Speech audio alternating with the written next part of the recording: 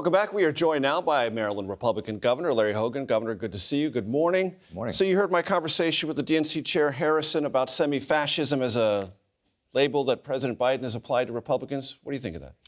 You know, I think it's that kind of divisive rhetoric on both sides that's really bad for America. And I've been talking about the toxic politics. And when if Republicans are calling Democrats socialists and communists, and we have the President of the United States calling Republicans fascist, I don't think it adds to the overall discussion. We ought to just talk about the differences we have on the issues and focus on the problems that most people in America want us to focus on. Real quickly, do you see any strains of authoritarianism in the Republican Party? Well, there's no question we see some signs of that, and I've been one of the ones speaking out. Very good. Governor Hogan, thanks so much. Please stay with us. We will continue our conversation after a quick break.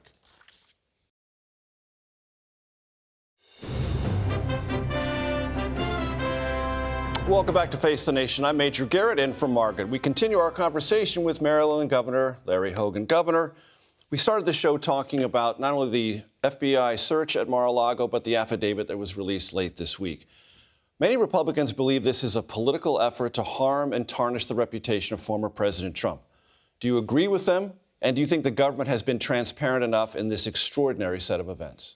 Well, it is an extraordinary set of events. It's never happened before with a former president. And so the very first day, I called for more transparency. And I thought it was a good idea for the Attorney General to finally come out and make comments. I thought it was a good idea for them to release some of the information on the affidavit. But we still don't know a whole lot. I mean, most of it was redacted. It didn't give us a lot of color. And so I think some Republicans are saying, without you showing us more to it, we think it may be political. Are you satisfied?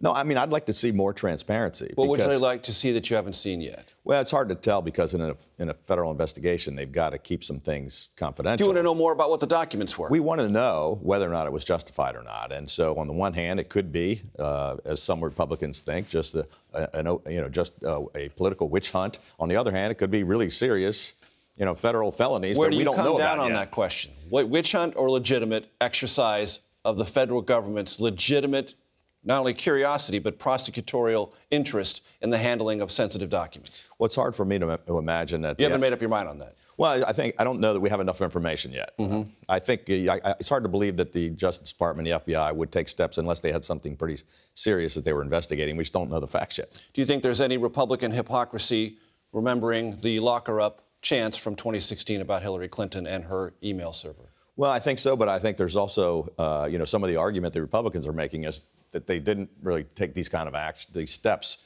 Then they're taking them now. Yeah. So you side with Republicans who are still very deeply skeptical about it. I understand why it's dividing the country and why Democrats and Republicans view it differently. As I understand your travel schedule, Governor, you're heading to New Hampshire again. You've been there before. You've been to Iowa. When are you announcing your 2024 bid? Well, maybe this morning. No, I'm just teasing. Go right ahead, Governor. I'm just going to finish my term as governor. Well, why are you going to Iowa and New Hampshire? Well, I'm going to New Hampshire to help the Republican caucus, the House Republican caucus up there. I'm helping candidates across the country, but it's great to get out. You are looking at it very seriously. True? I think that's probably an exaggeration. I think we're going to finish the term as governor. Lukewarm looking at it. Lukewarm, maybe. Lukewarm. Very good. In that context, as you think about what you may or may not do on the national stage, how either alarming or maybe giving you a moment for pause was it to see your preferred Republican gubernatorial candidate, Kelly Schultz, lose in a Republican primary for governor in your own state of Maryland? Well, it was really what does that tell you? It was really sad, and it's what I've been talking about for 2 years, that this should be a really huge year for Republicans just because of the failures of the Democrats and who are in control of everything and Biden's low approval ratings. But we could blow it by nominating unelectable people, and that's exactly what's happening across the country and why the wave is going to be more of a ripple rather than a tidal wave. You called the winner in that Republican gubernatorial primary, Dan Cox, a QAnon whack job and a nut. I take it you're endorsing the Democratic nominee, Wes Moore. No, I'm not endorsing anybody in the race, but what I'm doing is helping. But you're bashing on the Republican nominee, isn't it the same thing? I've just told the truth. When people ask me a question, I usually give them a direct answer, and I, made it very clear that this guy should not be the nominee and he shouldn't be governor. But I'm not getting involved in endorsing in the race. But this is not just Maryland. This is happening across the country. This is something it's why Mitch McConnell is saying we may not win the Senate. It's why we were hoping to pick up seats in governor's races, and now we're not. It's why curious to me. the margin in the House is so much smaller. It's curious to me, though, Governor.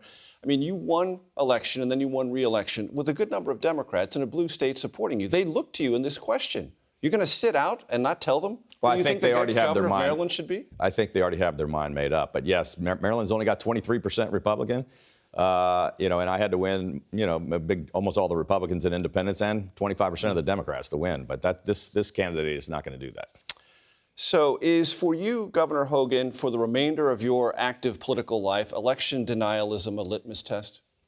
Well, it's certainly something that we shouldn't be focused on. Look, I think the voters are going to decide on issues like inflation, like the out-of-control would you endorse crime. someone who denied that Joe Biden won the 2020 election? No, I would not. Would you actively campaign against that Republican? It depends on who they're running against, whether it was a primary or not. But I've been supporting folks all across the country in Republican primaries that were running against candidates like that, because I think if the Republicans are to get any power back, we're going to have to start talking about the issues people care about and not relitigating what happened in 2020 or denying things that are fact.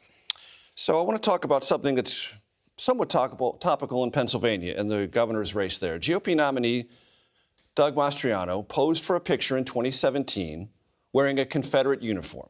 Now, this was part of a faculty photo at the Army War College. Now, Mastriano has a PhD in history. The district he represents in the legislature includes Gettysburg. Is this disqualifying in your estimation? Well, it's the first I've heard the story, and I don't know the circumstances around it, but these are the kinds of problems that I think we're having. We have a similar situation in Maryland with an attorney general candidate who's not a disqualifying, problematic. It's very problematic, and it could be disqualifying. Could be disqualifying. Why? Explain to voters who are like, what's the big deal? What would you say? Well, again, I said I don't know the facts regarding that, but this is just not the kind of way that Republicans are going to win races, that's for sure. And that's my big concern and what I've been talking about for 2 years. So what is your assessment as governor of Maryland of the president's decision on student loan debt relief? Did he have the authority? Is it inflationary? Support against? I'm not sure whether he had the authority or not, but I think it was the wrong solution to what is a real problem, but the wrong solution at the wrong time, because I agree it's like throwing gasoline on a fire. Inflation is out of control. It's an issue we've tried to solve in Maryland by holding the line on tuition, by giving scholarships to community colleges, by removing the requirement for 4-year degrees, by trying to make interest deductible on your student loans off of your taxes. But just handing out money to people and being unfair to the people who worked hard to pay off their debt and pouring that money into the inflationary economy is really bad. Back to politics. If Republicans underperform in this midterms, how much of that will be credibly attributed and blamed on former President Trump?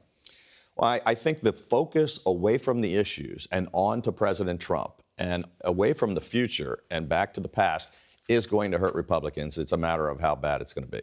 What are your fears? My fear is that we don't win the Senate, that we don't pick up gubernatorial seats and potentially lose them, and that I think we'll still take the House, but it's going to be closer than people think. Republican Governor Larry Hogan, pleasure, sir. Thank you.